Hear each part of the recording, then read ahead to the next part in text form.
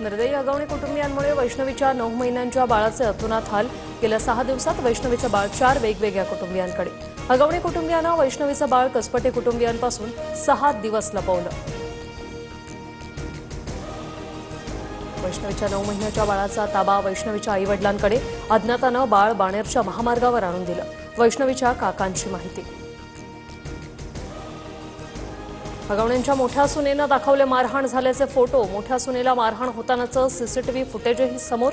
अगवणे कुटुंबियांच्या काळ्या कारनाम्यांचा मोठ्या सुनेकडून पर्दाफाश। मयुरीच्या वेळी दखल घेतली असती तर वैष्णवी आज आपल्यात असती। मयुरीच्या प्रकरणात चालढकल करणाऱ्यांवर कारवाई करा, चित्रा वाघ यांची मागणी। आयजी जालिंदर सुपेकर हे वैष्णवीच्या नवऱ्याचे मामा। आयजी जालिंदर सुपेकरांच्या नावाचा धाक दाखवत अगवणे कुटुंबियांकडून दोन्ही सुनांवर अत्याचार। अंजली दमानी यांचा आरोप। अगवणे कुटुंबीय माझे लांबचे नातेवाईक, माझ्या या प्रकरणाशी दुरान्वय संबंध नाही। आरोपानंतर आयजी जालिंदर सुपेकर यांची प्रतिक्रिया। वैष्णवी अगवणे मृत्यू प्रकरणात कठोर कारवाई करणार, बाळ सुखरूप राहिलं पाहिजे असं पिंपरी पोलीस आयुक्तांना सांगितलं। मुख्यमंत्री फडणवीसांची प्रतिक्रिया। नालायक माणसं माझ्या पक्षात नको, वैष्णवी मृत्यू प्रकरणानंतर अजित पवारांची प्रतिक्रिया। तर फरार अगवणेंच्या शोधासाठी 3 पथकं वाढवली। अजित पवारांचा कसपटे कुटुंबियांशी फोनवरून संवाद। मोदीजी पोकळ भाषणं देणं बंद करा। दहशतवादाबाबत पाकच्या विधानावर विश्वास का ठेवला? तुमचं रक्त फक्त कॅमेऱ्यासमोरच का उसळतं? राहुल गांधींचं पंतप्रधान मोदींना सवाल। पहलगाम दहशतवादी हल्ल्याला आज 1 महिना पूर्ण।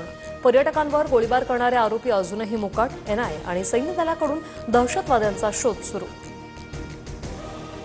ईडीने सर्व मर्यादा ओलांडल्या। एखाद्या प्रकरणाची चौकशी राज्य सरकार करतं तेव्हा ईडीच्या हस्तक्षेपाची गरज काय?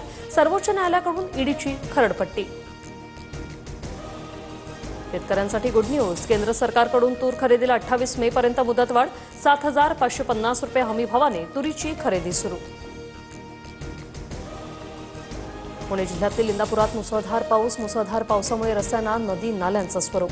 पुणे सोलापूर महामार्गावर पाणी साचल्याने वाहन चालकांची कसरत।